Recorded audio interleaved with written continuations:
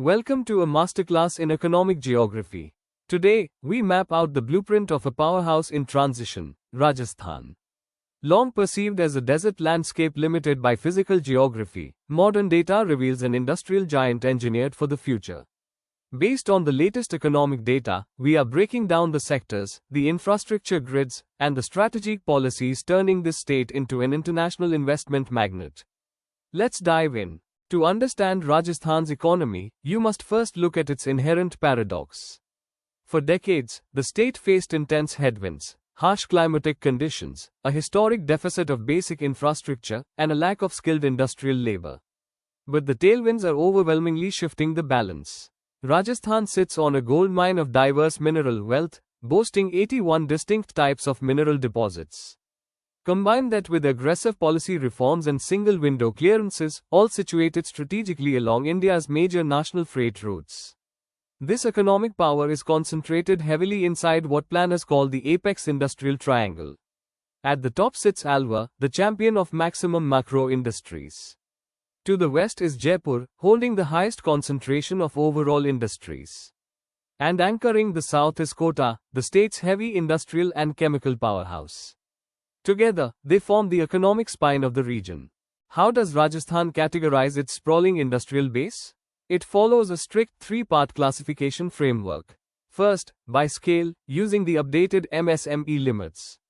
Micro-enterprises are defined by an investment of up to 2.5 crore and a 10 crore turnover. Small industries push up to 25 crore in investment and 100 crore in turnover. Meanwhile, medium enterprises scale up to 125 crore investment and a 500 crore turnover.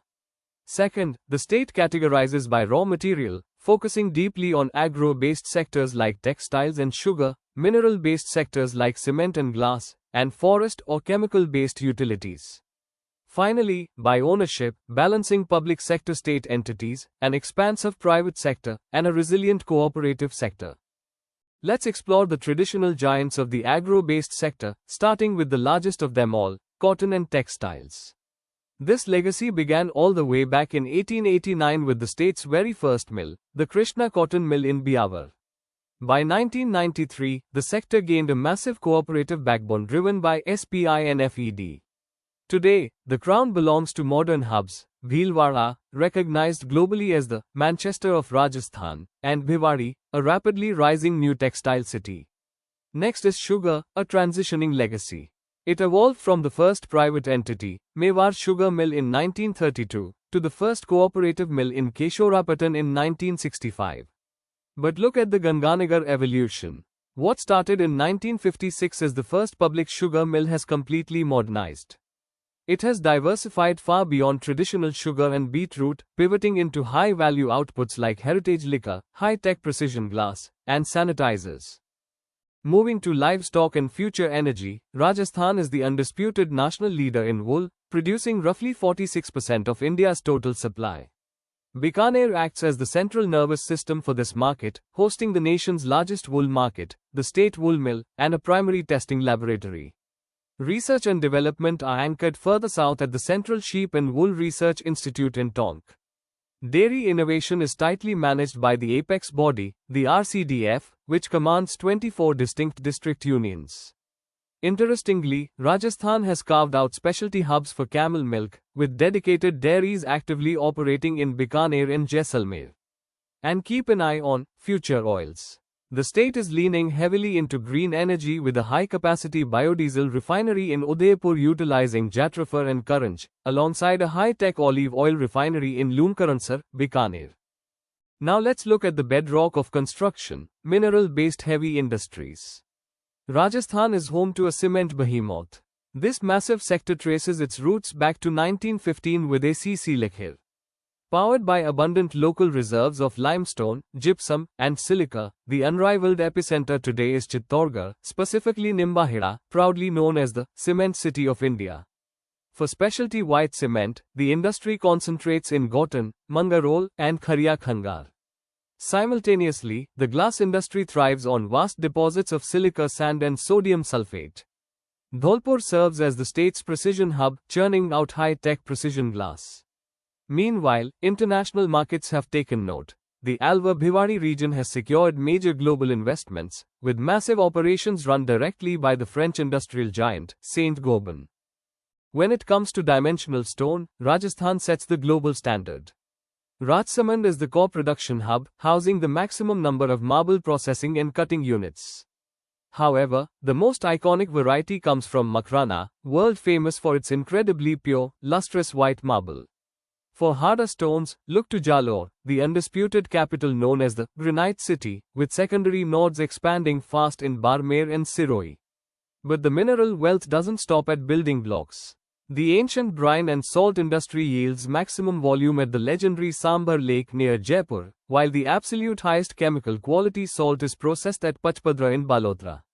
Finally, electronic insulation is anchored in Bhilwara, the mica city, which completely dominates production and uniquely hosts specialized mica brick manufacturing factories. As the economy climbs up the value chain, we enter the advanced technological sectors. The engineering and technology pipeline flows heavily across three cities. Jaipur drives high-precision manufacturing, producing bearings via National Engineering Co., advanced meters, renewable energy equipment through REIL, and motorcycles via Hero Motocorp. Moving down the line, Kota specializes in industrial cables and heavy instrumentation, while Bharatpur commands heavy logistics with Simco railway wagon manufacturing. In the chemical fertilizer space, Kota's Gadhepam region hosts Chambal fertilizer, while Chittorgarh's Kapasan node focuses on vital DAP fertilizer, followed by critical chemical and pyrite works in Didwana and Sikar. Even forest-based utilities are heavily streamlined. Tuza silk and Mawa processing are concentrated in Udaipur and Banswara. Bidi manufacturing uses tendu leaves in Tonk and Bhilwara, and traditional katha extraction from kher trees is industrialized across Udaipur and Chittorgarh. None of this would be possible without a world-class infrastructure grid. Rajasthan's strategy relies on heavily managed, specialized zones. Look at the SEZ core, heavily dominated by Jaipur. Sitapura hosts the Gems and Jewelry Zone, which boasts the title of India's very first export promotion industrial park. Nearby, the massive Mahindra SEZ in Kalwara clusters it, automotive manufacturing, and handicrafts, while Boronada in Jodhpur focuses heavily on gua gum and handicrafts. International capital has dedicated territories here, too. Japanese industrial parks, backed by JETRO, are strategically operational in Neemrana and Ghilat. Right next to them sits a dedicated Korean industrial park, managed by Kotra in Ghilat. These are flanked closely by highly specialized economic corridors, including a mega food park in Rupangad, spice parks in Jodhpur and Kota, and specialized ceramic and sports goods zones in Ghilat and Bhiwadi. The ultimate game changer for the state's logistics is the DMIC catalyst, the Delhi-Mumbai Industrial Corridor. Here is the core metric you need to know. A massive 38% of the entire 1,504-kilometer dedicated freight corridor passes directly through Rajasthan, stretching across roughly 570 kilometers. Developed in close cooperation with Japanese planning, this corridor is designed to aggressively accelerate industrial exports. In its first phase, it unlocks massive investment regions like Khushkhera Bhiwadi Neemrana, alongside major industrial regions like Jodhpur Pali Marwar. By connecting vital development nodes like Ajmer Kishangarh, Jaipur Dausa, and Rajsamand Bhilwara, the DMIC effectively creates a 150-kilometer wide development strip. This acts as the state's future economic spine, permanently turning a historic landlocked geographic constraint into a massive competitive advantage. Behind this massive physical expansion stands a robust institutional framework built on four distinct administrative pillars. First is RICO, established in 1969.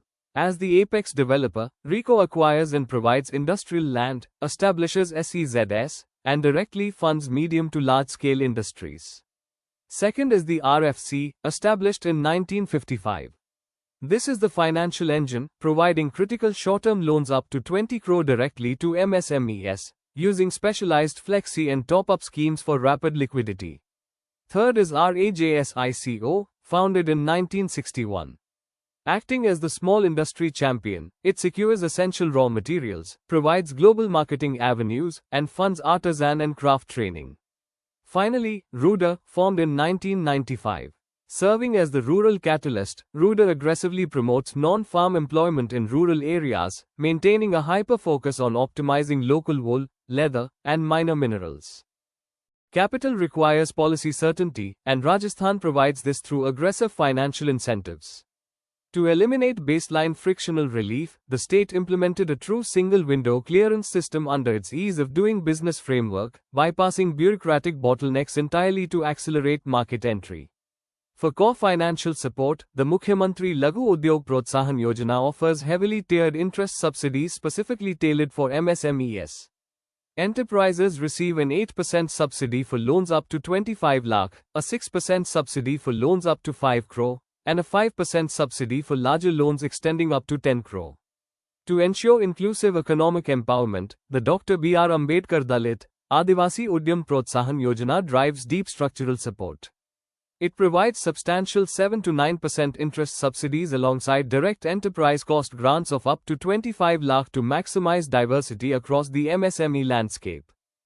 All of these moving parts culminate in an ambitious roadmap for global integration. As it stands, Rajasthan's total global export profile has reached a staggering 83,704 crore rupees. Looking closer at the data, engineered goods dominate the share, followed firmly by gems and jewelry, metals, textiles, and world-renowned handicrafts. But the ultimate summit target is looking forward. Under the banner of the Rising Rajasthan Global Summit, the state operates under a powerful theme: replete, responsible, and ready.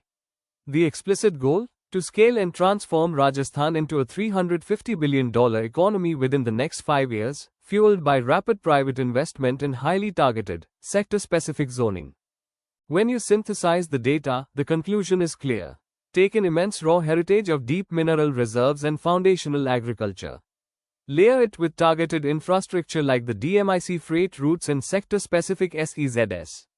Lock it in with progressive policy via single-window clearance and heavy MSME subsidies. The result? The new industrial Rajasthan, a state completely transitioned from a challenging physical geography into an absolute economic powerhouse driven by value-added manufacturing. Don't forget to subscribe, like, share, comment if you enjoyed this quick revision.